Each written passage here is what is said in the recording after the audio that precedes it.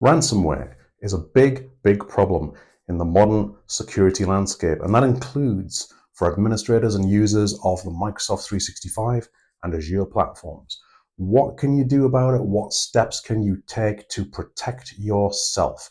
In this video, we're going to find out. Before we get into the nitty-gritty of it, though, I'm going to ask you to please, as ever, hit that subscribe button to help me to grow the channel. Check out the join button to look at the various membership perks that are available to you as a member of the channel, including members-only videos where you can learn Microsoft Purview from the very beginning. Okay, with that all said, let's get into the video and see what we can do to protect ourselves from that ever-nasty ransomware. Let's check it out.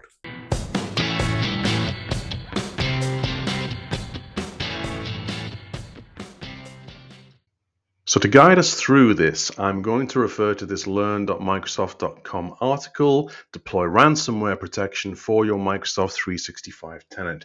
You all know how much I love learn.microsoft.com. It's my go-to place, and I suggest it is for you too. So let's find out what this is all about. So if you don't know what ransomware is, let's set the scene for that first. It's a very nasty thing indeed, and it's a type of extortion attack that destroys or encrypts files and folders, preventing access to critical data. And just think about that. If you can't access your data, then you potentially cannot operate your business. Data is the lifeblood of any organization.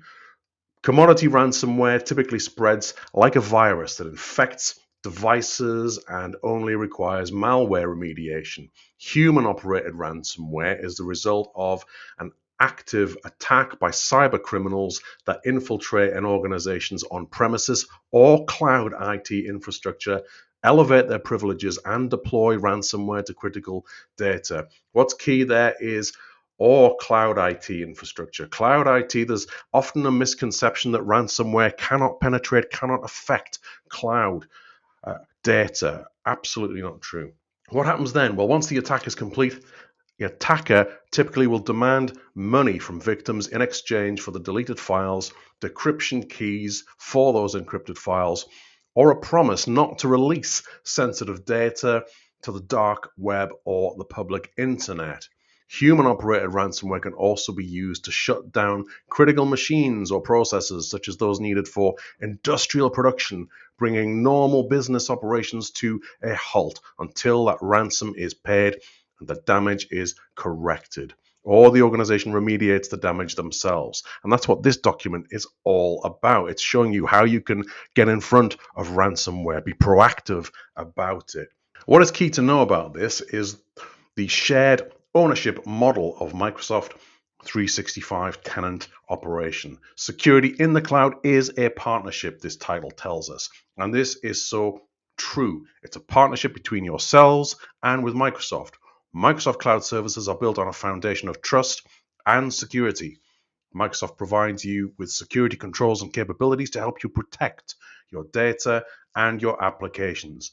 But you own your data and identities, and the responsibilities for protecting them, the security of your on-premises resources, and the security of cloud components, you control that. That is your responsibility. So by combining these capabilities and responsibilities, Microsoft can help to provide the best protection against a ransomware attack. Ransomware mitigation and recovery capabilities that are provided within Microsoft 365. What can we do about this?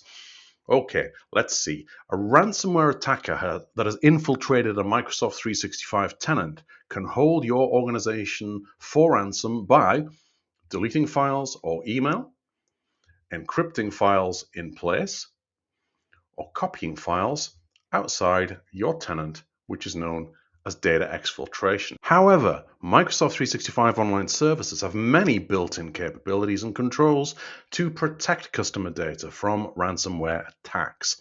And in these following sections that we're going to go through, and we'll drop into some examples of how we set these up and look at them as well, provide a summary. For more details about how Microsoft protects customer data, we can look at this document here, Malware and Ransomware Protection in Microsoft 365. Let's quickly open that one up and see what it's all about. Okay, we'll put that one in the description for reference. Okay, so what can we do in terms of deleting files or email? Well, files in SharePoint and OneDrive for Business are protected by versioning. So Microsoft 365 retains a minimum of 500 versions of a file by default and can be configured to retain more. To minimize the burden on your security and help desk staff, train your users on how to restore previous versions of files. Let's briefly take a look at that. All right, so I'm in my OneDrive now, and you can see that I have a lot of documents here, not inventively named, albeit, but nevertheless, if I click onto one of these documents and I click onto the ellipsis, I can see the version history. If I go into here, I can see that there are two versions of this file. So I can see that the date and the times of these versions, and what I can do, you can just about see there. I can see that this is version 1.0, perhaps dark mode, not the greatest way of sharing in this case, and version 2.0. So this is the older one, and what I can do is I can restore this one to be the latest version, or I can delete that version there. So I have options here. I can even open the file, which will open it, and I can download a copy. So what I can do is I can restore that original 1.0 version, and there we go. That will make a 3.0 and restore that to be the newest version. So version history is a very, very important way to help protect yourself. And it's also a good way to train users to be able to go back to earlier versions of documents if they have inadvertently overwritten something that is important. Okay, next, the recycle bin. If the ransomware creates a new encrypted copy of the file and deletes the old file, then customers have 93 days to restore it from the recycle bin. After 93 days, there is a 14-day window where Microsoft can still recover this data. To minimize the burden on your security and help desk staff, do train your users on how to restore files from the recycle bin. Let's take a look in the OneDrive again, and let's, for example, go to that same document and let's delete it. So if I delete that file, off it goes. It actually asks me if I want to send it to the recycle bin. There we go. Delete one item. I can actually open the recycle bin right from here, from that message there, but I'll not do it just now. I'll click on the recycle bin here on the left-hand menu, and there I can see there is the document. So I can restore that if I want to. Equally, what I can do is I can select that document and delete it from here. Or if I didn't select it, I could just choose to empty the recycle bin. What will happen then? It will actually go into the second stage recycle bin. So let's do that and see what happens. And I can now get into the second stage recycle bin. So there we go. There are things I can do from here as well. I can delete it from there and then it's gone for good. Or I can select it and I can restore it, and that will put that back for me. It will not put it back in the first stage recycle bin. It will actually put it back in place. And what it will do, will it retain that versioning as well? Yes, it does. It restores all versions. So that is another means at your disposal. Okay, so we've got versioning. We have got recycle bin. We've also got files restore, which we can click on here and go to more details on. So a complete self-service recovery solution for SharePoint and OneDrive that allows administrators and end users to restore files from any point in time during the last 30 days. So to minimize the burden of your security and IT help desk staff, do train your users on files restore. Let's take a little look at that. Just be careful here that you don't get yourself confused as I did. And if you're in the Office.com version of Microsoft 365 OneDrive, clicking the gear icon, you won't be able to get to the restore options. Make sure that you go to the waffle here and select OneDrive from there. That'll take you to your actual OneDrive URL with your tenant name, and then you should be able to see the options from the gear icon. And here we have restore your OneDrive. And there we go.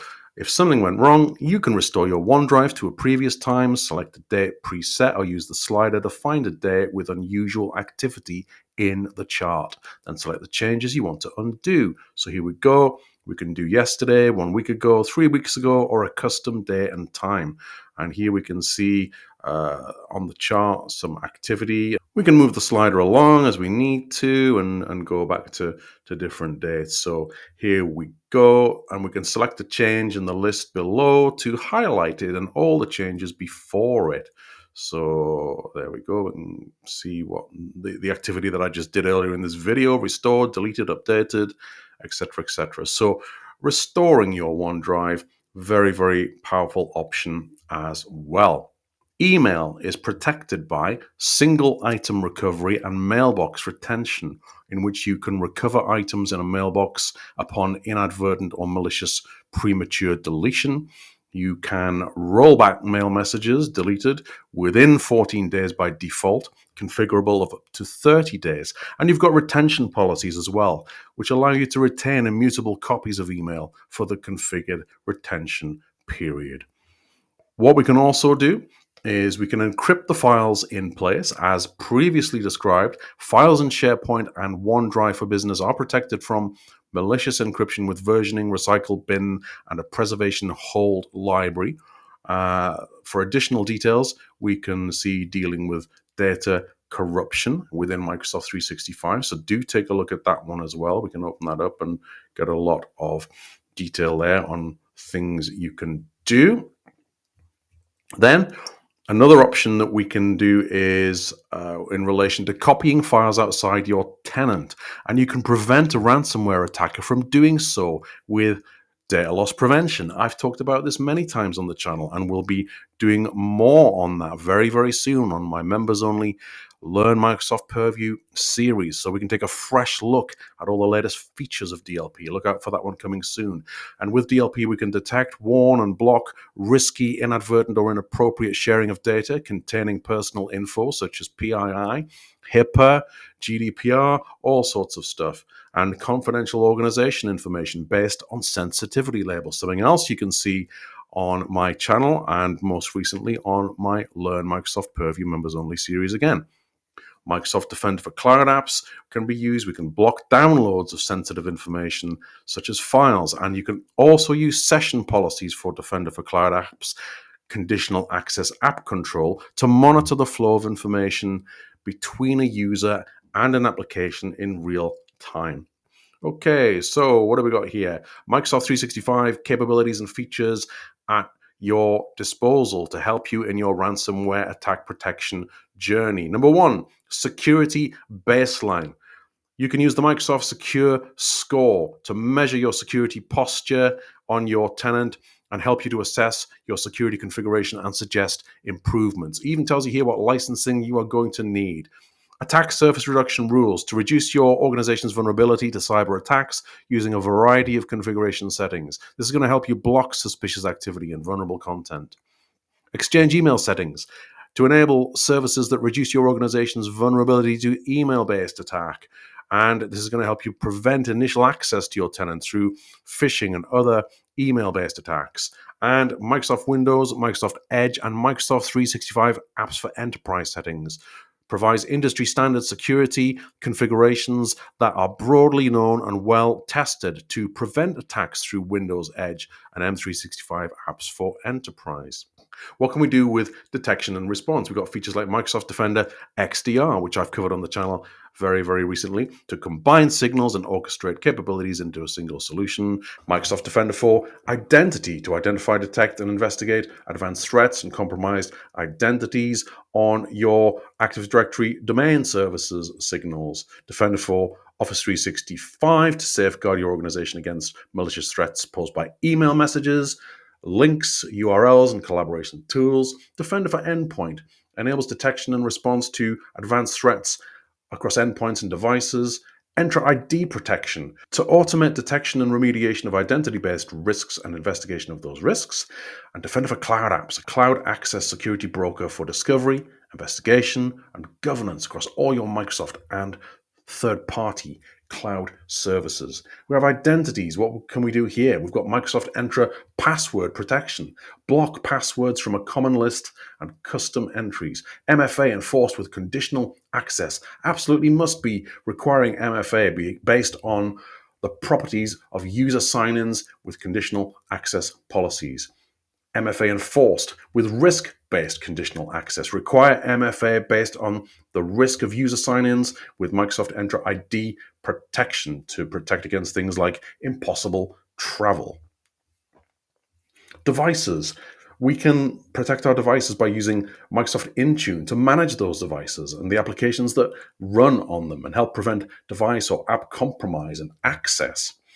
For Windows 11 or 10 devices, we've got all sorts of features here like Microsoft Defender Firewall, Defender Antivirus, Defender Smart Screen, and Defender for Endpoint.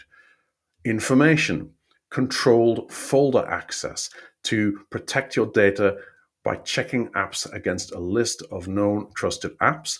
Purview information protection, sensitivity labels there again to be applied to information that is ransomable. DLP, protect that data and reduce risk by preventing users sharing it inappropriately, and Defender for Cloud Apps for discovery, investigation, and governance once again. What is the impact on users and change management? Well, deploying additional security features and implementing requirements and security policies for your M365 tenant can impact your users. So, for example, you may impose a new security policy that requires users to create new teams for specific uses with a list of user accounts as members, instead of more easily creating a team for all users in the organization. So this can help prevent a ransomware attacker from exploring teams that are not available to the attacker's compromised user account and targeting the resources of that team in a subsequent attack. So this foundation solution will identify when new configurations or recommended security policies can impact your users so you can perform the required change management. So we've got some next steps that we need to take to deploy comprehensive protection. Additional ransomware resources are included here in this wonderful document. Key information from Microsoft, the growing threat of ransomware, human-operated ransomware, quickly deploy ransomware preventions, the 2021, kind of out of date now, Microsoft Digital Defense Report. We'd hope there would be something newer than that. Lots of great stuff. Microsoft 365 specific, Microsoft Defender XDR specific, Azure-related ransomware content, Defender for Cloud Apps, Microsoft Security Team blog posts, and there we go. Okay, so Microsoft really have given us quite a few decent tools and principles to follow in terms of protecting ourselves from ransomware there. And it's important to go through those very, very diligently, look at what you've got, look at how you would respond to a ransomware attack, have that plan in place. You may think that it's never going to happen to you, but famous last words. Above and beyond what Microsoft are presenting to us here, though, as options within their capabilities and principles, you can take other steps. You can look at third-party backup and restore options for your Microsoft 365 environments. There are many, many options out there on the market. Microsoft 365 backup is available, of course. I've talked about it on this channel before. It was in preview. It's now out of preview. Maybe it warrants a little revisit to see where it's at right now. We might do that in a future video, but please, I ask you, take that ransomware threat seriously. There are some very nasty people out there. Try and get ahead of them as best you can. Nothing's ever going to be perfect.